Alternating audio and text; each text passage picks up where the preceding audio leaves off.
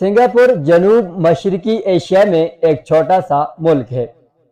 اس کا رقبہ 683 مربع کلومیٹر ہے اور اس کی آبادی تقریباً 57,36,000 ہے۔ سنگاپور کے شمال میں ملیشیا واقع ہے جو اس کا واحد پڑوسی ملک ہے۔ سنگاپور کے مقامی لوگ 3 قسموں کے ہیں: چینی، مالے اور تامل انڈین۔ اس کے علاوہ 36% آبادی تارکین وطن کی ہے جو کہ دنیا بھر سے آئے ہوئے ہیں۔ سنگاپور میں مختلف زبانیں بولی جاتی ہیں جن میں انگریزی، چینی، مالے شامل ہیں۔ تاہم انگریزی تقریباً ہر کوئی سمجھ لیتا ہے۔ سنگاپور ایک ترقی یافتہ ملک ہے اور یہی وجہ ہے کہ لوگ دنیا بھر سے اس کا رخ کرتے ہیں۔ حقائق اشارہ کرتے ہیں کہ 14ویں صدی عیسوی میں سنگاپور میں تجارتی بستیاں آباد تھیں۔ 14ویں صدی کے آخر میں مملکت سنگاپور پرمیشور کے زیر نگیں تھا، جسے بعد میں ماجا پاہی یا سیامس نے بھگا دیا۔ اس کے بعد وہاں سلطنت ملاکا کا قبضہ رہا اور پھر سلطنت جوہور نے وہاں حکومت کی۔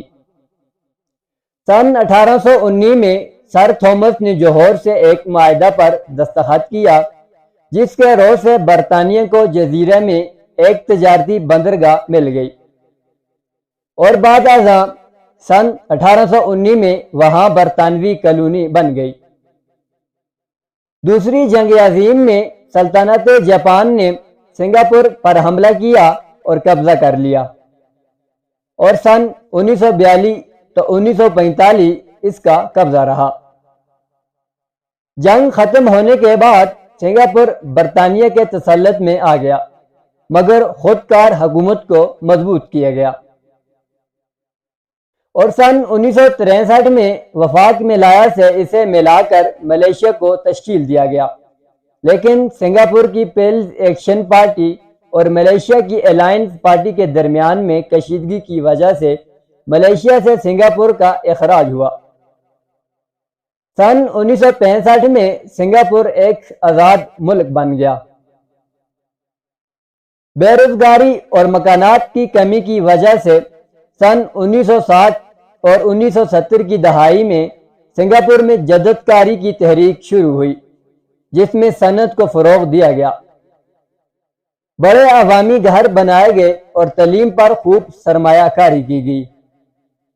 سن 1990 تک سنگاپور دنیا کا سب سے پھلتا پھولتا ملک بن گیا۔ وہاں کی معیشت آزاد اور ترقی یافتہ ہو گئی اور جاپان کے بعد ایشیا کا سب سے بہتر خام ملکی پیداوار فی کس ملک بن گیا۔